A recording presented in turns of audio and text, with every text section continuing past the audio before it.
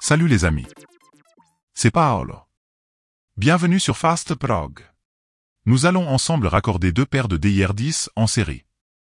Ce cas de figure peut se présenter si vous avez plus d'une paire de photocellules à brancher sur une même entrée de sécurité. Cette configuration ne vous permettra pas d'associer un mode différent aux paires de photocellules branchées en série. C'est-à-dire que si vous choisissez par exemple que l'entrée CX soit configurée en mode C1, alors tous les dispositifs de sécurité branchés en série sur CX auront le même fonctionnement, la réouverture durant la fermeture, en cas de passage entre les cellules. Je vous expliquerai ensuite comment les activer sur la carte de commande ZBX7N. Si vous disposez des deux entrées, CX et CY libres, je vous conseille plutôt de cliquer sur le lien qui apparaît actuellement en haut à droite de la vidéo. Pensez toujours à mettre hors tension votre automatisme avant toute intervention sur la carte de commande.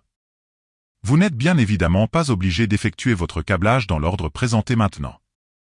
Voici représenté en haut le bornier de la carte ZBX7N. Plus bas à gauche, la réceptrice RX et à droite, la cellule émettrice TX de la première paire de cellules. Plus bas encore, la réceptrice RX et à droite, la cellule émettrice TX de la deuxième paire de cellules. Il est préférable de ne pas poser les RX et les TX du même côté, afin d'éviter que les émetteurs et les récepteurs des différentes paires n'interfèrent entre eux. Je n'ai pas représenté les cellules de cette manière sur le schéma pour faciliter la compréhension du câblage. La borne 2 de la ZBX7N doit être raccordée à la borne 2 de chaque cellule de la première paire et aux 2 de la TX de la deuxième paire. N'oubliez pas le pont entre les bornes 2 et C dans la RX de la première paire. Raccordez ensuite le NC de la RX de la première paire aux 2 de la RX de la deuxième paire, puis encore le pont entre 2 et C. Le NC de la RX de la deuxième paire ira sur le CX de la ZBX7N. Le 10 de la ZBX7N sur le 10 de chaque cellule réceptrice. La borne TX de la photocellule RX à la borne TX de la photocellule TX sur chaque paire. Et voilà, le câblage est terminé. Il nous reste plus qu'à activer l'entrée CX grâce à la fonction F2. Si vous vouliez activer l'entrée CY, ce serait F3. Comme vous pouvez le voir sur la vidéo, il existe 6 différents modes de fonctionnement lors du passage devant les cellules.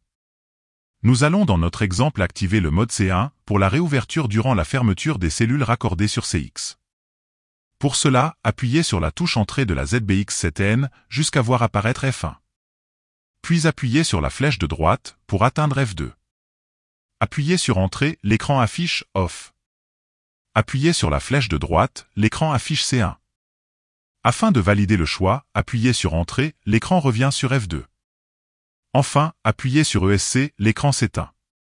Si au contraire, la carte affiche un défaut de sécurité C1, pas de panique. Contrôlez la présence de tension entre les bornes 10 et 2, elle doit être d'environ 24 volts alternatifs. Vérifiez à nouveau le bon câblage. Assurez-vous que rien ni personne ne se trouve entre les photocellules. Que l'alignement des photocellules entre elles soit bon et que le fusible dans la cellule émettrice TX de type DIR10 ne soit pas défectueux.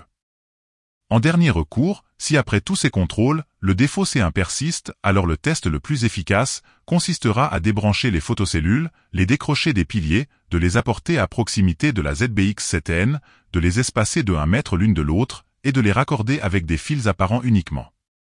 Cette technique vous permettra de déterminer si vos photocellules sont défectueuses ou pas, puisque vous ne pourrez plus avoir de doute sur le raccordement ou l'alignement. J'espère que vous y êtes arrivé et que tout fonctionne.